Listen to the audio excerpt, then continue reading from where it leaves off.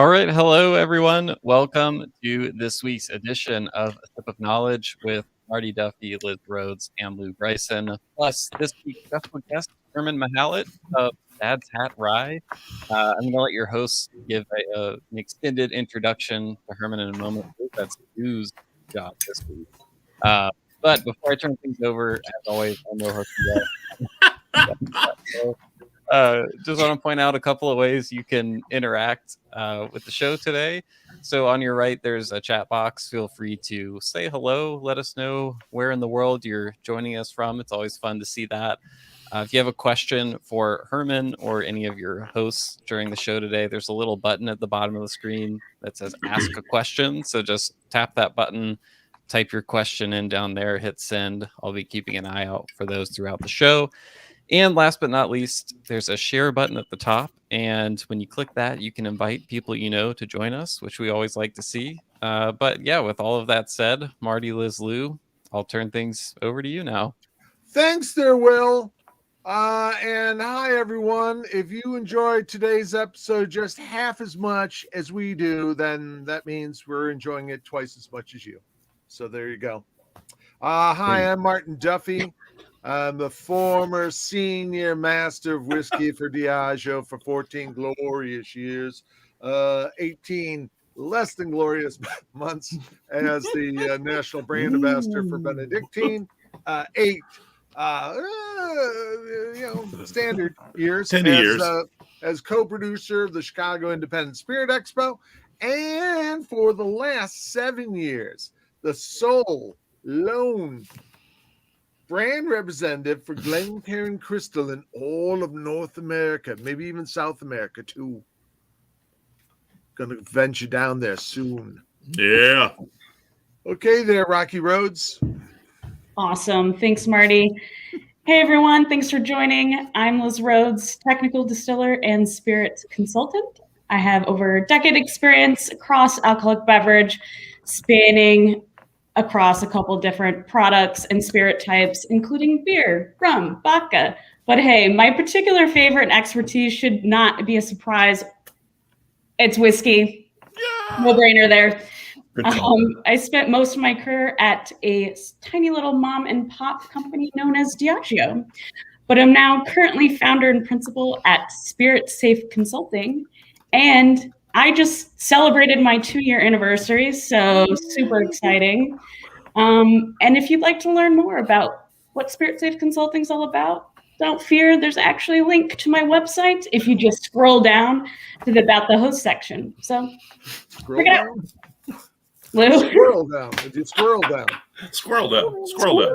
I think scroll down would be appropriate as well. I think that works. Thank you, Liz.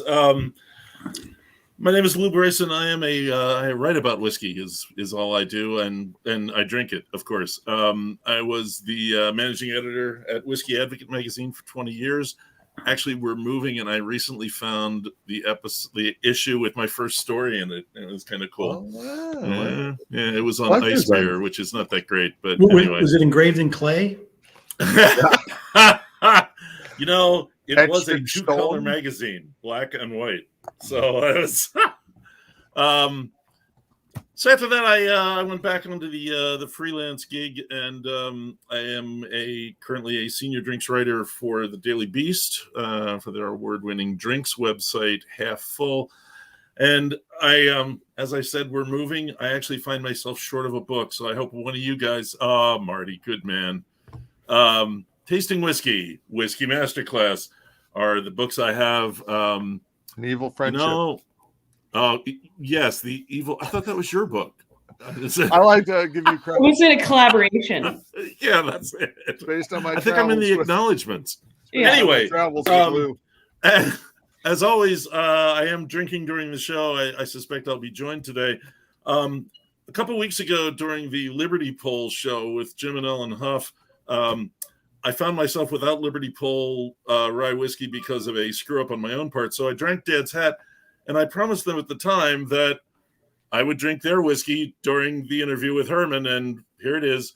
But just to be fair, I also have this delicious single barrel Dad's Hat. Wow. And just to annoy Herman, I also have the Last Feather Rye from Journeyman. So I'm just going to be Oh, wow. doing the old Sipperama today.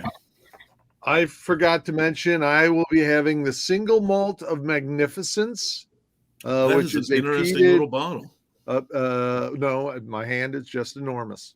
It's a birth defect. Oh, that's a full-size bottle. Wow. That's it's actually a 1.7. Maneuvering it with ease. So this is from Crowded Barrel. My little recent visit to Crowded Barrel whiskey down in Austin, Texas. Hello. Howdy. I'm drinking out of a dirty glass. So I believe I have the intro duty this week because as indicated in my funny little yelling out the window note, I could almost scream out my window and have Herman hear me. I think you're 7 miles away, something like that. Yeah, I mean physically right now, yes, actually. Yeah. I'm in a different part of Bucks County, but it's just a little semicircle away from where I usually am. So okay, I'm at home. I'm at home right now. So I've known Herman since he started up Mountain Laurel Spirits, where they make the Dad's Hat Rye. My son worked there for a while, moving barrels around as a summer job. So I know this place. They're in an old building over in Bristol, Pennsylvania. Bristol, Pennsylvania being one of the really early river towns in Pennsylvania, right along the Delaware, north of Philadelphia.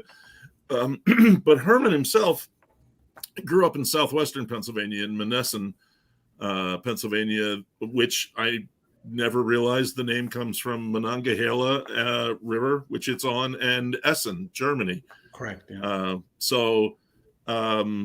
Herman's grandparents came over from Croatia. Is that correct? Yeah, that's correct. Yeah. And settled there, as did a bunch of people from there to work the mills. It was a steel mill town.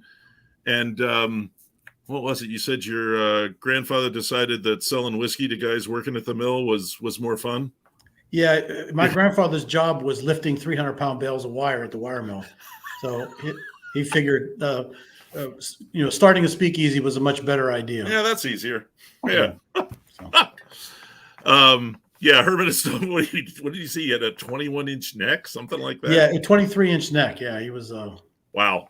He was, and he lived to be 95 and drank rye whiskey until that date. So Herman grew up in the apartment over the family bar. So moving into rye whiskey was not that unexpected, being a southwestern Pennsylvania guy who grew up over a bar. But he was a chemical engineer first, and then I guess you got a package and retired early, or yeah, basically. Yeah. Okay. Yep. I don't know. Maybe you just had the ass of it and quit. I don't know. It was kind of a package. I was looking to move on. I actually recruited somebody to. We wrote the business plan, and I was going to have someone else start up the distillery and go back to another job. And this fella's girlfriend didn't want to move to Pennsylvania, and we had already ordered the equipment, and so I figured we needed somebody to run the place, so that's why I stepped in and took over that job. So. Are you serious? I didn't hear that part. Yeah, that's right. Wow. Well, Herman, were you involved in the spirits industry at any level during the course of your life until the distillery? No, aside from working, just besides, when I was 14, I started doing the books at the bar. But really, because my brother did it when he went to college, I had to take over. And the bar closed when I was 18. So just when I was leaving to go to college. Why did it close? Was it because you were doing the books at 14? Could have a lot to do with it. The bar closed because William Pittsburgh Steel closed. The steel mill 3 blocks away closed, and that really put a death knell, because a big part of since the inception of the bar, the big part of the business was guys coming off a shift. Right. So guys coming off a shift at 8 o'clock in the morning, 4 o'clock in the afternoon, or midnight, they'd stop by, and many of the guys used to walk home, so they would stop in and have a couple of shots and beers and some hard-boiled eggs and some blind robins and head home. See, yeah. See, Lou knows what a blind There Robbie is a snack I have not thought about in a while. This snack you're referring to. I thought you were Blind literally Robin's. talking I don't about even a know blind why they're robin, called just this. eating I it. don't know either. It's a But they're salted, like this dried hunk really of fish. salty, dried herring, Yeah. and it comes in little plastic packets that are stapled to a card. Yeah. Oh my God, I've seen those. You've seen those? Yeah. Yeah, they are so damn salty that it like the stuff. Yeah, you falls have to off have it when like you 5 pull more out. beers just to get rid of it. You know? Yes. That was the whole idea. Like the movie theater, right? Extra salt and Oh popcorn. yeah. Oh yeah. Go ahead. Have more popcorn. Another beer. I gotta get this taste out of my mouth. Oh my God. It was high And protein, yet we though. keep eating. I mean, there was a bar I went to in Lancaster, Pennsylvania, when I was just I had just turned 21. And they had the damn things, and we would get them every time. And every time we're like, this shit's really weird. Nom nom. Drink. Well, it's like those old working class bars. There, they'd have the Pickled eggs. the eggs that have Pickled been eggs. soaked in vinegar, or the pig's knuckles. We had Yep. pig's feet. Yep. We had Yeah, pig's feet. I mean, it's crazy stuff. That Jesus Christ, this should be a anatomical museum piece, not something you eat. My father, we have, in fact, I still have it in our basement. It's an old hot point Dutch oven that we didn't really have much of a menu. It was, it was basically whatever my father or one of the bartenders decided to make that day was on the menu. And one of the most favorite things was a Eastern European delicacy called jigeritsa. And jigeritsa is made, basically you take all the parts of a lamb that no one else wants and you cut it up. It's like Philadelphia pepper pot stew. It's like very peppery and very rich kind of a thing. And starts with tripe, and then you start adding other shit. you start adding whatever you got, And but people used to love it. I mean, people would go, they'd walk in the door and they go, "Oh, we got jigeritsa today." I was like, I mean, it was okay, but Yeah. But it was a big treat. So We have Christina Wolf from Germany who's totally agreeing with everything you're saying. So There was a place we used to go European to up outside of Reading, like well north of Reading. It was a butcher shop, and they had. I remember one time I sat there and just read through every kind of different pickled thing they had, and it took me like a minute and a half. Pickled pheasant hearts, pickled chucker kidneys, lamb's tongues. They had a gallon jug of pickled lamb's tongues. And I remember my buddy asked the woman one time, so the chucker kidney versus the pheasant heart, is one of them like more heavily flavored? And she like leads over and says, after 3 days in the vinegar, it all tastes the same. yeah, I'm like, that's the whole point. So I have to ask, picklebacks? No. Okay. That's a New York thing. That's Nobody the else one thing- really That's does a that. no- Well, one thing Recent in vinegar that no one seems to want to eat are actual pickles for some reason. If it doesn't come from a dead animal, they don't want it. Though, here in Illinois, and I've been dying to get one of these hoodies. I saw a guy wearing it in the airport. Is the Turkey Testicle Festival? Turkey Testicle Festival. And A whole festival of it's it? a great shirt of a turkey with his little hands over his crotch going, ow. And I want to, but supposedly they have it every year. They've had it for like 20 years or so. Wow. 30. So about your whiskey, Herman. Yeah. What about that whiskey? The bar was a lot of fun. I can tell you. I have a lot of stories about that. If we can get back to that later, though. No, Herman, I mean, honestly, the one Yeah. question I've been dying to ask you, and I can't believe I may have asked it before, but you know how I am. I just forgot. You have a singular focus on rye whiskey. It's all you do. I mean, Correct. you have a well, I wouldn't say a wide portfolio, but for a place that only makes rye whiskey, a surprisingly wide portfolio. You've got at least 4 different expressions of just the rye whiskey. Then you've got you do a rock and rye, you do a vermouth finish rye. Do you still do the port finish? Port barrel finish, vermouth barrel finish, and we do a couple fun things. We fill used barrels with honey and maple syrup, and then we empty that out, sell that at the distillery, and then we put aged whiskey back in again just to get a little hint of maple and honey. Those are only available in a couple of states, but I mean, they're hard. They're a little bit more energy to make, so we don't. It's hard to kind of scale those up. But they're sold in Pennsylvania, New Jersey, New York, and a couple local markets. I can verify that the maple barrel is just so nice. And I mean, maple's really easy to overdo, and it's not. It's very subtle. It comes through really nice. What kind of vermouth? We work with barrels coming from Via Vermouth in California. They're from Quaddy Winery. Is it the Rosso or the? It's a red vermouth. Yeah, it's a red sweet vermouth. Somebody gave us a bottle years ago when John and I had more time. We used to Friday afternoons was afternoons. We used to set up lawn chairs outside the distillery and watch the trucks come in and out of the parking lot. And normally with a cigar and a Manhattan. And so someone gave us a bottle of Via Vermouth, and we were blown away how good it was because frankly, there's not a whole lot of really great vermouths made in North America yet.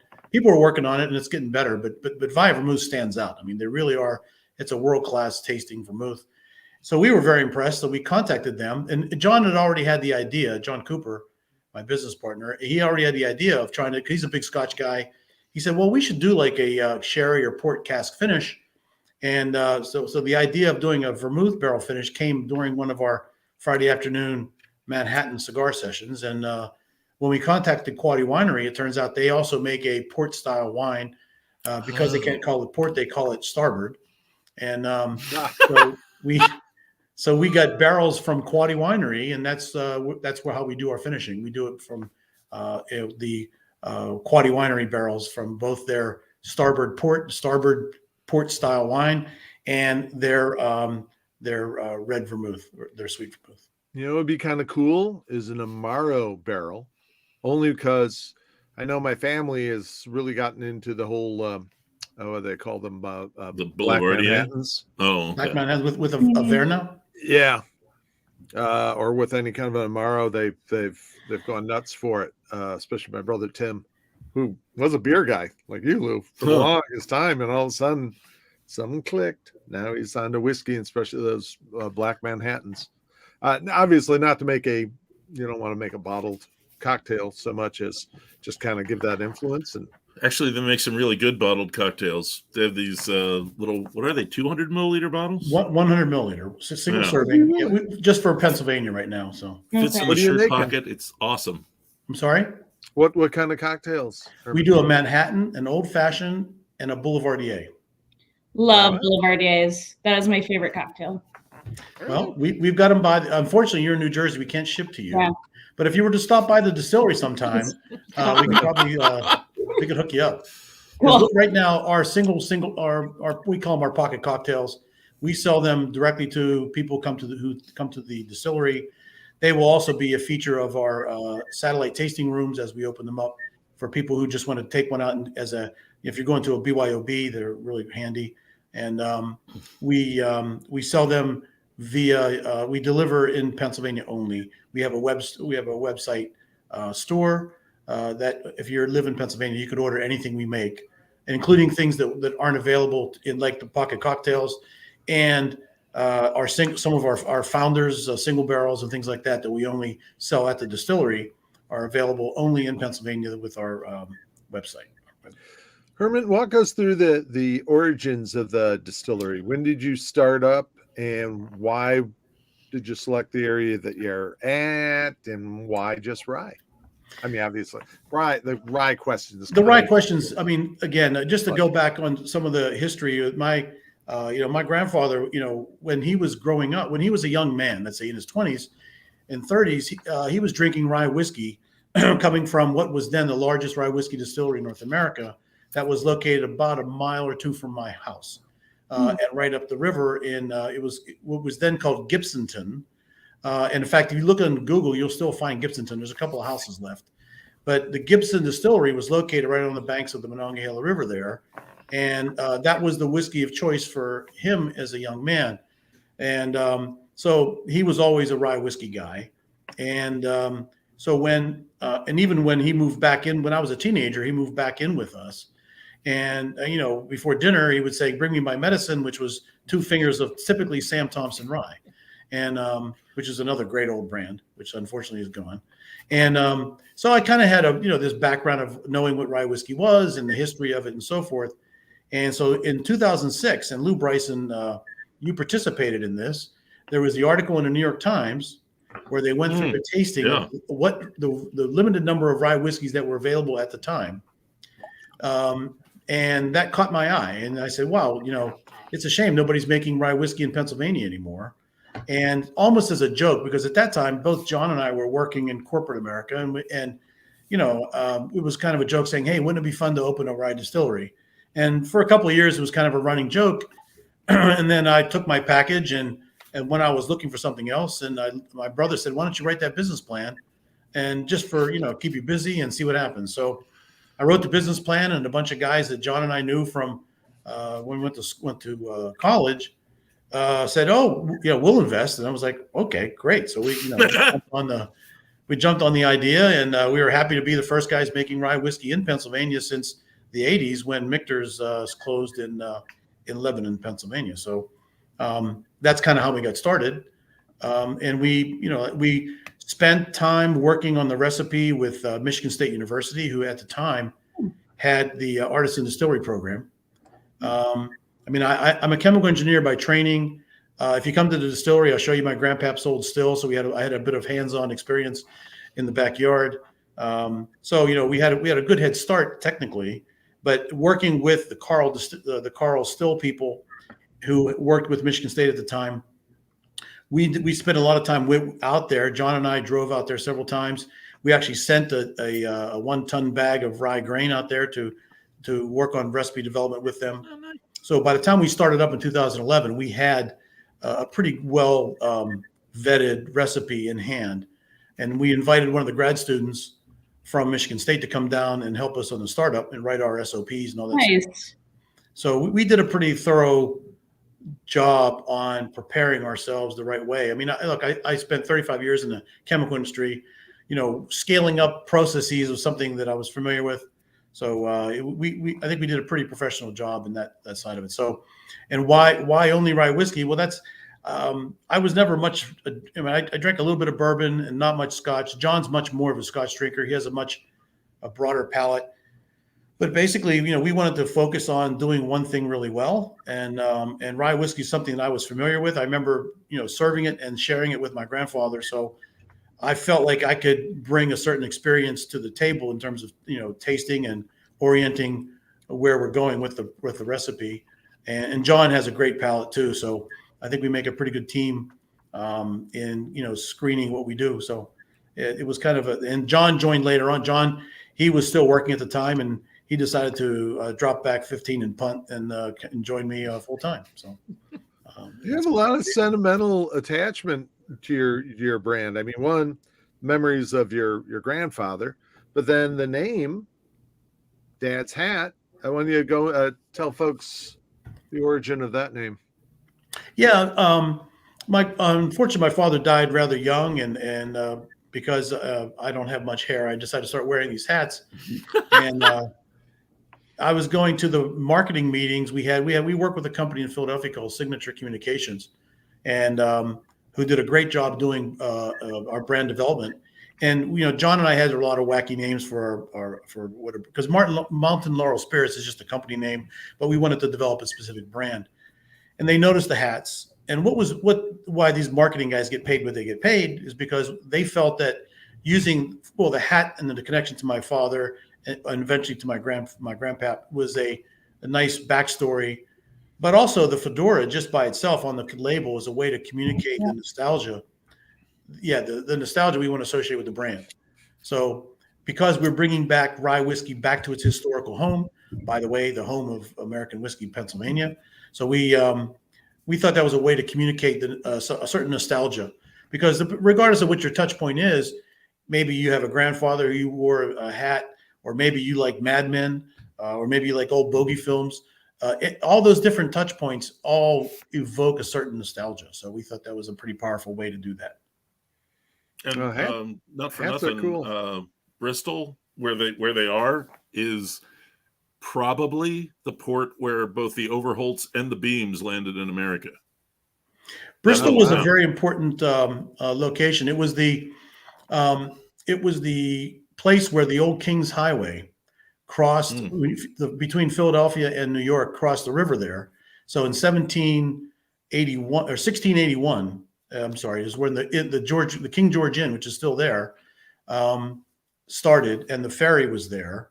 And in fact, and I don't know if Lou, you've ever seen this. If you drive down Route 13 that through Northeast Philadelphia, they've paved over it so you can't see it, but there's a bridge built in the 1600s that's still It's there. the oldest bridge in the country. That's right. Yeah, I've been over it a number of times. Yeah, and It's still there. the oldest bridge that's still there in I don't think North America, but in the United States. Yeah, and it's just a bridge. I mean, people drive over it. Every day. Time. Yeah, you never even know it. Yeah, yeah. Isn't the Overton Museum? Isn't that Overton? Is that the old Overholt? That's correct. It's one of them. Yeah. The West Overton Museum is, it's a very cool place out in Western PA, close to where I grew up. And Lou and I are going to be there in a couple of weeks, actually. Oh, really? I'm looking forward to that. Yeah. They built a small distillery on site, and they're releasing their whiskey for the first time. I remember them talking. That was it. What's her young woman? Alicia. Yeah. I thought it was another young woman. Jessica. But, Jessica runs the place. Alicia is the distiller. Jessica was telling me a number of years ago that that's what they wanted to do. Yeah. And even maybe do classes on distilling there. That's a play. I'm very impressed with them. Jessica and Alicia do a great job. It's a great way to communicate the history of Pennsylvania rye. Because that place has real bona fides, Yeah. All of the distillers currently in business in Pennsylvania. We're the oldest in the whiskey side, 10 years now as of last month. And so, we're still, I've been distilling now for 10 years, but I still feel like I'm learning the ropes. We did some tests on the still 2 weeks ago that I wish I would have done 8 years ago. And we're still learning, things and it's and I'm sure that, you have guys who have been in the business for a lot longer than we have, and their forefathers, bring a lot of that historical experience to the table. And unfortunately, we don't have that. But the West Overton site is a way to sort of embody that history and to communicate that history. And we think it's an important one. And what I think is kind of fun, a little sidebar, is that, one of the companies who have affiliated themselves with the West Overton location is Jim Beam with their Old Overholt brand. And now if you look at the label, the new Old Overholt labels say, born in Pennsylvania, made in Kentucky. It's also the old cranky picture of Overholt. Abraham Overholtzer, yeah. So, and the cool thing about West Overton is a lot of these old historic places are like they've rebuilt it, they've recreated. It's the original buildings. They're all original buildings. There's including the house that Abe Overholt literally built. Yeah.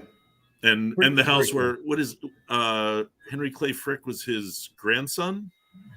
Yeah, I think so. Yeah. Yeah. I don't know. So Frick, like the Frick Art Museum, the big philanthropist and industrial guy, he was born there in the village. Yeah. So it's got a great history, and we're very excited about going out there and them to continuing to develop their what they do there.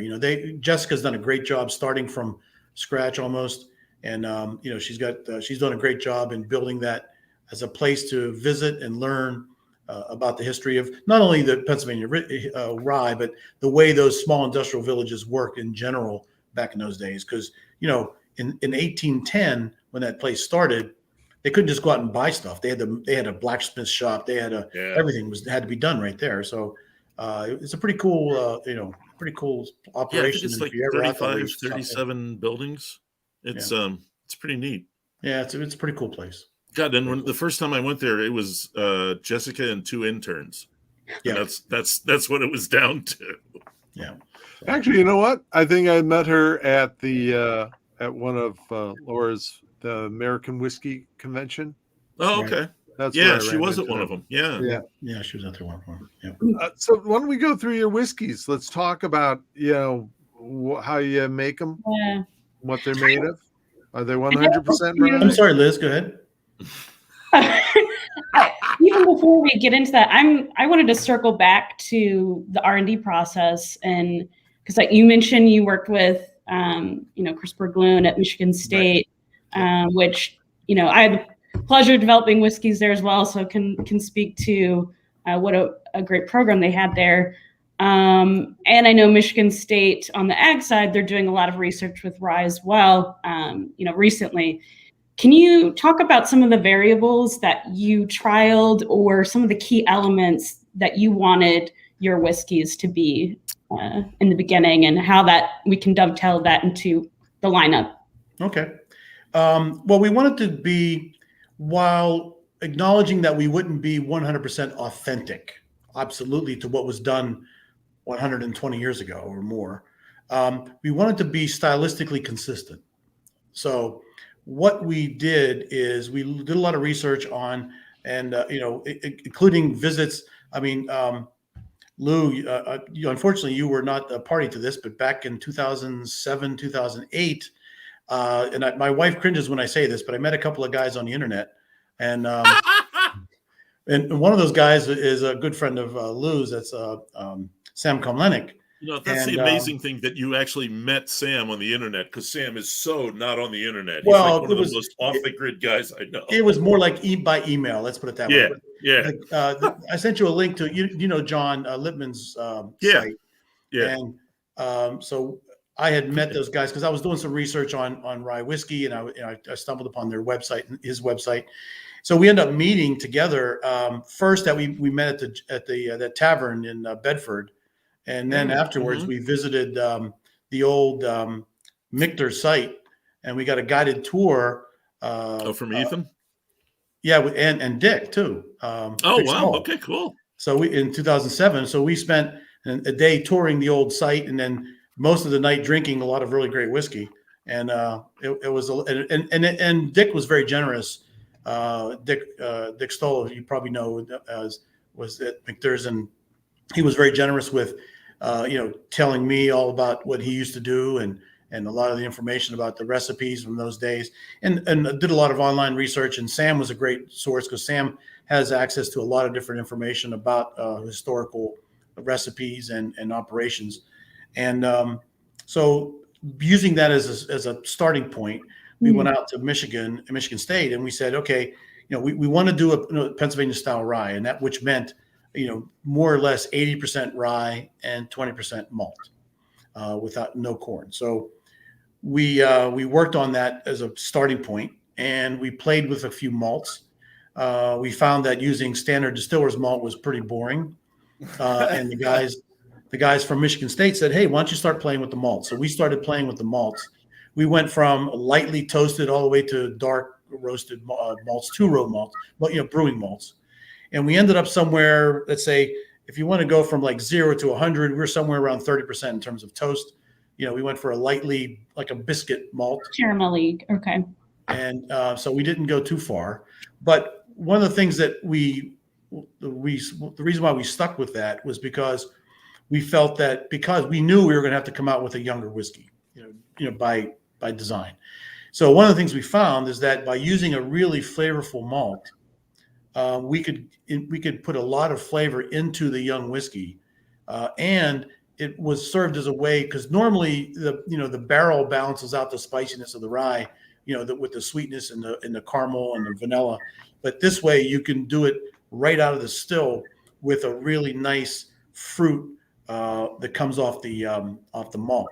So our young whiskeys are even the bottle you have, Liz, is our 90 proof classic. That's less than a year old. So, and you get some pretty nice balance of fruit with the spicy rye, because that comes from that malt we use. And the microbiologist from Michigan State also coached us on what yeast to use. So our yeast selection was important. The malt selection was important. And also something that surprised me over the years is that we're also very fortunate that we get to work with a local farm here. And I work with several, but to get a really, really ripe, mature rye berry. We had to basically run in at a couple of meetings, and people, talking to the Kentucky distillers who at the time were still buying almost all their rye from either over either Europe or Canada, basically being told that American farmers can't grow good rye. And I was like, well, I don't know. American farmers are pretty good at growing stuff. I mean, so we should probably give that another try. And we're very fortunate. The Meese family up here in Bucks County, that the Meese family's been growing. They've been on that farm since 1716. So they've learned a few things about growing stuff. Wow. And Nevada Meese is his name. He does a great job for us. He leaves the stuff in the field a very long time. He has customized his cleaning equipment so we get really clean grain. So it's not using a corn cleaner. He's using a cleaner that's designed to clean rye. And he has a storage facility where he keeps it aerated and dry, so we don't have any problems over the year with storage. So all those elements we put together to for our recipe. Cool. Yeah, you mentioned. I think I read on your website that you were working with local farmers. I thought that was pretty cool. And you mentioned, I guess traditionally, right, we're having a rye revival, which is awesome. And of course, you are part of it, which is amazing. But speaking to the sourcing, right? So you mentioned mainly from Canada or, Europe, which a lot of that is going to be hybrid rye. So I would assume that your varietals are more traditional open pollinators, which, is exciting that there's more research happening in varietals with not just hybrid, but open pollinators as well. So, yeah, I mean, we started in talking with Dick and with doing a bit of research. Yeah.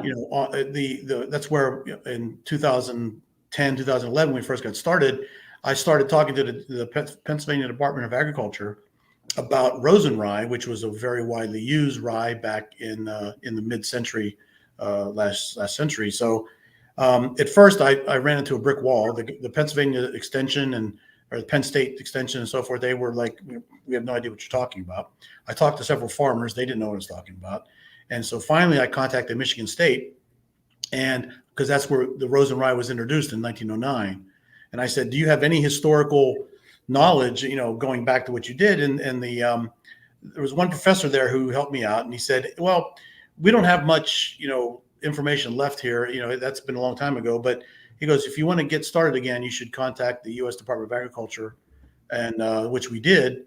And I noticed that there was an article for one of the professors at Penn State, and now I'm going to forget his name, was working on rye varietals back in 2014 and 2013, 2014. So I contacted him and I said, hey, why don't you incorporate this rosin rye into your studies, and which they did.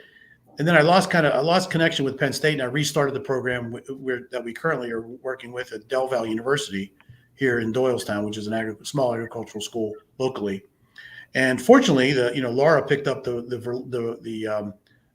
strain coming out of the product coming out of Penn State, which has now been proliferated across a few places. And now at the since starting with Del Valle, we have several acres going now. It's a couple different farms, most notably the farm we've been working with, the Meese family. Oh. So next year, we've been pretty conservative. We've been making small batches of it, distilled on my grandpap's old still, by the way, which is legal. It's got a federal registration number, by the way, now, which my grandfather would be pretty tickled with.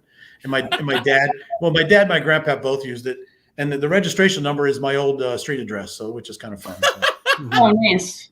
So we do some small batches, but we've been plowing everything we got back into more production, so that next year, because of the exponential nature of it, next year I'll have enough to probably make several large, because every batch I make is 2,000 pounds of rye. So, and that's about 1 acre's worth. So next year we'll have plenty of rye to start making commercial quantities, going beyond just really small. So, yes. I like to be able to make, next year I should be able to make probably something like, I don't know, in terms of in terms of bottles, would be probably maybe 1,000 bottles worth next year. So, and that's kind of cool too. We've done a little bit of work with that. I spent some time at the end of my corporate career working for a flavor and fragrance house, and some of my buddies there still have access to the labs, so they kind of snuck in some of our. I took the Rosen rye new make and had some gas chromatography work done with it, and we do see some interesting differences versus what we normally get. So I'm not going to put a bank on that yet because again that's off of the small still, so some weird things in there because it's variables. Yeah, it's another variable. So once next year we can get it off the big still and do a more apples to apples comparison, I'll be more encouraged. But we have seen some interesting species and the flavorists that I work with have noticed that there are some of the higher esters, in the C8 the ranges that are weight. Yep. Giving us some interesting, more complex flavors than we normally would get. So awesome. This is a good time. If I can jump in on something that sure. Is it okay? Yeah, I need follow up. Or? I need to. Yes, you do. So, one of the reasons I poured more than one rye today was to tweak Herman with the Liberty Pole thing. I'll admit that. I love those guys. You kidding me? Yeah, I know. I love those guys. But the other reason I did was just to once again confirm to myself that your rye just leaps out of a ranked blind tasting. Dad's Hat tastes really kind of dramatically different from most American ryes. Well, actually, I guess you can say most ryes because, I mean, I know you and I have talked that sometimes you get feedback from competitions where they're like, not sure if this is actually a rye because it tastes so different from what they're used to. What's going on there? Is that the mash bill? Is that your yeast? Is that your process? Yes. Know? Yes. I okay. don't know. I mean, it's all the above. I mean, it's all the. I think the mash bill has a lot to do with it. I think one of the other things we do is we're the ability to use, and we were coached very well on how to use the Carl still. It's a pot still and it's a hybrid still, both. We can play on that. In fact, I'm just learning. I told you 2 weeks ago, I was with Travis Scott as our distiller who works with us now, and we were playing with some things on the other day, and it's things that I wish I would have known 5-6 years ago. I would, because I think 4 years from now we're going to have some pretty interesting new products coming.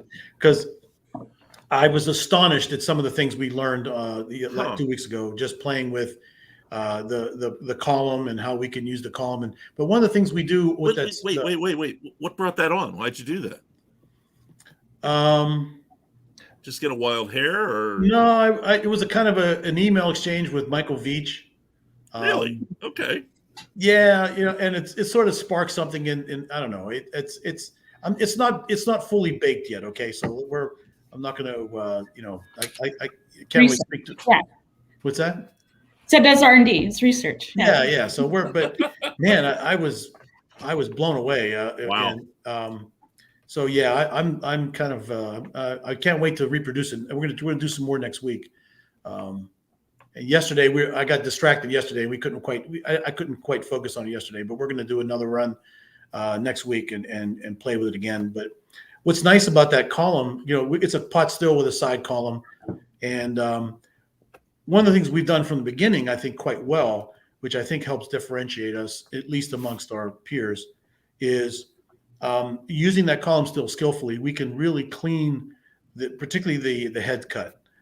We do a really, really tight head cut so that even in our younger whiskeys, we don't get much of that taint of sort of that solventy taint that often happens with the younger whiskey.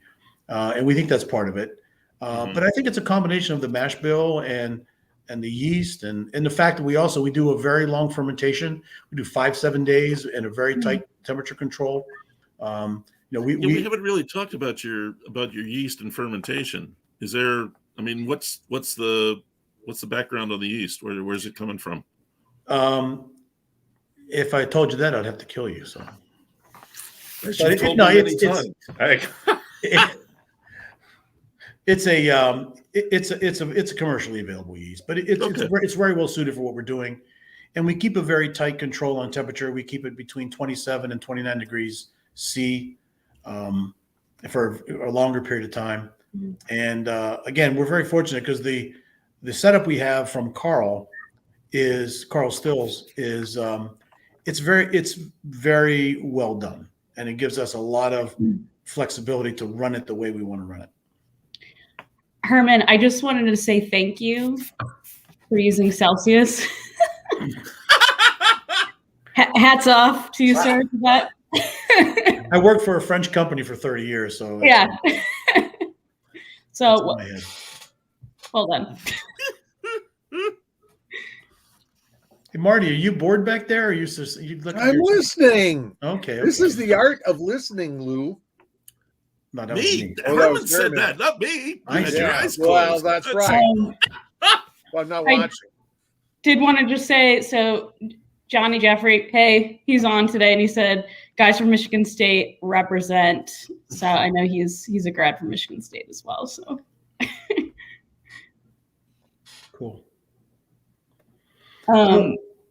We had a number of folks saying hello. Brad from Panama. Hey, Brad. Thanks for joining. Christina Wolf from Germany. Jim says hi from Victoria, Australia. Wow. David Gallup says, I like the hats, particularly mine. Thanks. That's right. Did you make that yourself? Did you get that somewhere? Hey, Liz, we have T-shirts that say "Live and Let Ride." By the way, if you want to stop by, we'll hook you up. You're sweetening the deal here. Yeah, you can get the whole outfit here, Liz. Just saying. Okay, yeah. I mean, it's either that or we have also our "Are You Rye Curious" T-shirts. That's the other one. I like that one as well. This is actually a Lot 40 hat, so nice. Pick it up. Go somewhere. Shaylin says hi from Chicago. Hey, and then again, Christina Wolf just chiming in about the food conversation from earlier. Yeah, the famous blind robins. Wow. So, I had a Canadian professor who said that was Newfoundlander sold food, blind robins. It is. Yeah. What? Pennsylvania soul food? No, Newfoundlander. Yeah. Although, if you ever find yourself in Philadelphia, there's a place called the American Sardine Bar. Yeah. And for $2, you get a sardine, egg, onion sandwich. It's great. Wow, $2. $2. Oh my God. It's a little sandwich, but it's delicious. Yeah. Is it on rye bread? No, it's on a sliced baguette. Oh, okay. Well. Oh. We need more rye bread. We do. Yeah. We do. Do the sardines still have their heads? No heads. Bones, yes. Heads, no. Are you supposed to eat the bones in a sardine? Yeah, Absolutely. I mean, they've been pressure cooked almost always. The bones are actually a historically a very good source of calcium. I know. I just don't like eating anything that still looks like its original form. Oh, it looks a lot like the original. Like I can't eat a raw cow. I just can't go up to a cow and take a big bite out of it. It has Don't to be eggs ground look up. like their usual form? It has Eggs to be look like their ground natural up or form. cut into little beautiful steaks. Now, if it looks like a cow, I can't eat it. Even if you made a steak in the shape of a cow, I can't eat it. So should we talk more about the whiskeys themselves? I think, Lou, you had an interesting question about cocktails. Oh, remind me. I can't remember what I had written down. About the ready to drinks? No, so just catching here that you and John both love cocktails. So do you want to talk about what is it that makes Dad's Hat like stand out or be different in a cocktail or I mean, because it is. Look, I mean, in general, if you want to make most whiskey cocktails are pretty whiskey heavy. So if you want to make a good whiskey cocktail, you better have a pretty good whiskey. We think ours characterize, it's got the characteristics for, enough spiciness to stand up in a good cocktail. But again, we like that malt brings forward some fruitiness that we think also works well in many cocktails. Our 90 proof classic is a great cocktail whiskey. It doesn't have a lot of barrel on it.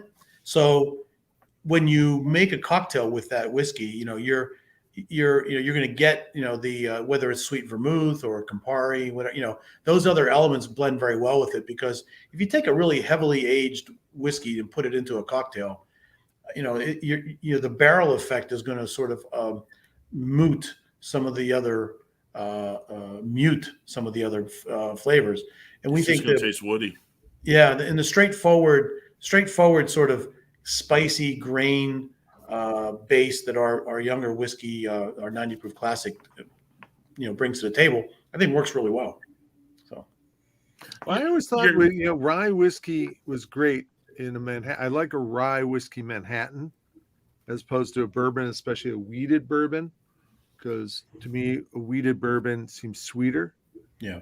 And if you're going to add sweet vermouth or any kind of sweeter liqueur, you're putting sweet on sweet. You don't have a contrast there. Right. I like a contrast. Yeah, that's exactly right. That's exactly right. That's what makes a contrast. So years with Benedictine, I learned that. Maybe a year and a half with Benedictine. That is. I'd like a sticky French Manhattan, please. Mm-hmm. Well, there's a really good Kentucky Colonel. That's what that is, my friend. What's the Benedictine and bourbon? Yeah. John's more of a cocktail guy than I am, but there's a really good Benedictine rye cocktail that escapes me right now. A Frisco? No. Well, yes, but not the one he's thinking of. How's Obviously. that? Okay. All right. What the hell is it going to... Oh, I wanted to talk about the classic, actually, because it brings me back to another thing that I just found when I was moving, which is a tape of a 2006 roundtable interview of rye whiskey bottlers and producers. And one of them was Fritz Maytag, who did the old Potrero. He's no longer with them. Rye whiskey in San Francisco. I mean, one of the earliest craft distillers in general, and certainly one of the earliest of rye whiskey. And I remember going around the table back there in 2006, and we were talking about how old some of these ryes were, largely because, rye was in a glut then because they'd made it and it wasn't selling and it was just starting to pick up. And Fritz said something I have never forgotten, and I found this tape, and as soon as I came across the tape in my desk, I had to jam it into a player and then run to that spot. And what he says is, I submit to you that you will all come to appreciate the beauty of young rye whiskey. And he's absolutely right. The classic, like you said, what is it, still under a year? The classic is less than a year old, yes. Yeah, and some of it's smaller barrel. What do you use, a 30? We use 15s. 15s. Right now we're blending 15s with the younger 53s. All of our straight whiskey is now a minimum of 4 years old, but we're taking some of the 2 to 4 year old whiskey and blending with the 15s for the classic. Yeah, and that's just based on the flavor profile. One of the things we do that's a little different. I don't know if it's different or not, but one of the things we do. We have 2 6,000-liter tanks that serve as their vatting tanks for the classic and the straight. So those tanks are currently roughly half full. We try to keep them around that level. So we bottle from those tanks, and then we add more barrels back to those tanks. And the barrels we select to go into the tank are based on where we think the flavor profile is going in the tank. So we'll pick barrels based on target. Yeah. So we pick barrels based on, if we think it's getting a little dry and woody, we'll pick some fruitier barrels, and that kind of thing. So, and the same for the straight. The straight is all those barrels are 4 years old minimum, but we'll select barrels that we think will complement what's in the tank to maintain a style that we like. It sounds like you were appraising pretty often then. How often are you? Oh, I like that, appraising. we don't call it that. I like that. We have to add that to our. I love that. John and I will typically sample barrels most Monday mornings, and Whoa, okay. and typically accompanied with chocolate covered donuts, Of course. which we think are the best things to drink with whiskey. Or peanut M&Ms work very well also. So I'm seeing a lot of taste like chocolate donut notes. Well, No, it really does clear the palate. It's amazing. It does clear the palate. I mean, look, Liz, you think of the chemistry here. I mean, most flavor compounds are fat soluble. So if you want to clear your throat, or if you want to clear your palate with a pretzel or a cracker, it's not going to do anything. But some nice chocolate, chocolate icing on a donut, it does the job. Right out. It does the job. Okay, I'll have to take your word for it. So we don't evaluate every barrel, but we have a kind of a sampling program where we'll pick barrels from that were filled at the same time or stored in a similar location, and then as we dump the barrels, we sample as we go along as well to be sure that we're maintaining that profile. So we do it roughly once a week, and then as needed, Right. Are your whiskeys available over in, around the U.S. and also overseas? I know Christina was asking, and I would think rye whiskey would go over very well, especially in Germany. Well, we've been selling in Europe since 2014. We're represented in Europe with La Maison de Whiskey. I didn't go to Paris Whiskey Live this year because the past couple of years have been rough between the tariffs and COVID. It's not been a great time to be in Europe. We're exploring new options. We're still with La Maison de Whiskey. We're talking to a new importer for the UK post Brexit. We're direct selling to Taiwan. Oh wow! And we're in 22 states in US. Awesome. That's pretty good. Half, Yeah. almost half. I know my math. Oh, that's almost half. Are you still doing the rock and rye? Absolutely.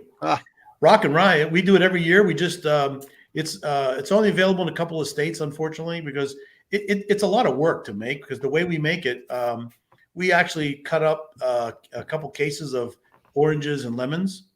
We put them in sparging bags. We do whole cinnamon sticks.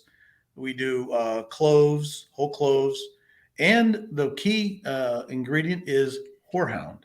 And then all goes in the bag? Horehound, we have whole horehound in sparging bags. What the hell is a horehound? Is it leaves? Yeah, horehound this dates back to the history of rock and rye. Back in the 1800s, rock and rye was a bit of I call it a dodge. It was basically if you were a proper Victorian gentleman or lady, drinking whiskey was probably not so well received. But if you were drinking rock and rye, because the horehound is a natural, it's a natural cough suppressant. So it's like Ricola has horehound in it. So am I hearing that right? Are you saying horehound? Horehound, yes. Hound. Yeah. Like a whore, no, not like that. No, not W. like no W. Okay. No W. Yeah. So can't you hear that? It's a plant that's it's a relative of the mint family. So, but it does have natural cough suppressant quality. So if you were a proper Victorian gentleman or lady, and someone saw you drinking, something brown in a glass, and they said, "Are you drinking whiskey?" You can say, "Oh no, I have a cough." Medicine.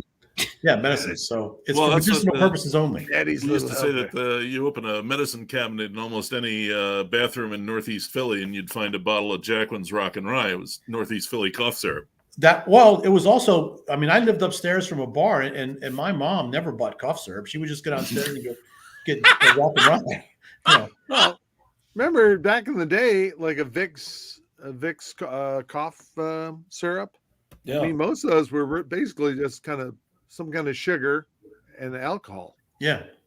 I mean, that's what they yeah. were. And you throw a little horehound in there, and you're good. So I had a picture I wanted to put up. This is when Marty and I were visiting. I got a picture of Marty sampling from the tank. Oh, geez. I usually just use a straw, but he wanted to dunk his whole head in, but we said Put And apple. it's, it I really wanna is a dunk pity for that apples. you can't see the color there because Herman, you talk about the Monongahela Red. The whiskey in that tank is just a gorgeous, like deep garnet. Yeah, we're very fortunate. We have a great relationship with our barrel suppliers, and we've been working since almost the beginning with McGinnis in Missouri. They make excellent barrels. We've added a few more producers to our range, but they are the backbone of what we do, and they make great barrels. And we're very pleased with the product that comes out of there has been excellent. The one little project we're working on now, which I think is kind of fun, is there's a new West Virginia Great Barrel Company in West Virginia. Oh yeah. They are now making some of their barrels they're making from Pennsylvania wood, Pennsylvania oak. So we're testing some Pennsylvania oak barrels right now, so that once we're convinced that it's a good way to go, and we're so far so good. I want to get some, someone I saw in the questions about the rye we use. The rye grain is 80% rye grain, 5% malted rye, and 15% malted barley. The 5% malted rye we get from Pennsylvania. There are a couple of malters now in Pennsylvania. We haven't switched our malted barley yet. But what I want to do is, as a start, I want to get Pennsylvania grain, Pennsylvania malted barley, Pennsylvania malted rye, and Pennsylvania oak to make an all Pennsylvania with a capital P, a couple capital P's, Pennsylvania rye. So that's coming soon. So. Hey, Herman, one real quick thing. Your distillery, it's open for visitors, and you have a visitor center and everything? Visitor centers might be exaggerating it a bit, but we have a tasting room. We're in a pretty modest. I mean, you have a tasting area. Let's not waste words here. We're in a 120-year-old textile mill. We do have a nice tasting room. We do tours on many Saturdays. We obviously stopped doing them for a long time. We are starting back up again, and if you go on our website, you'll see dates. I think the next one is the 30th of this month, and we do them more frequently through the end of the year. We've been sort of slowly getting back up again. We do require vaccination proof. We're a small team, and we can't afford to have anybody get sick. But yeah, we do, and we do a nice tour. I think. I mean, it's all right there, and we go into as much excruciating detail as you like. And we do flight tastings, and it's a nice visit. It really is, and it's just a great bar to elbow up to. It's a really nice, solid bar. I mean, it's just the right height for me. I don't know how it is for anybody else, but Lou, the way we built that bar was I stood next to the wall and I put my elbow out, and John measured it, and that's how we measured how to put the height of the bar. By the way, speaking of bars, the tasting room we're going to be opening on Mill Street in Bristol, which I hope it would have been open by now, but it's been a little tough sledding. But the bar that will be in that is already there and will be installed is the bar that was in my dad's bar, my grandpa's bar. That when it closed, we cut it in three pieces, and I have one of the three pieces, so it's going to be installed there. There's a picture in the back of our tasting room, which I'm going to move to the new place. My mother in 1954 standing behind the same bar. So, wow, where's the other two pieces? My father sold them. Jesus Christ! Oh well, you still have one.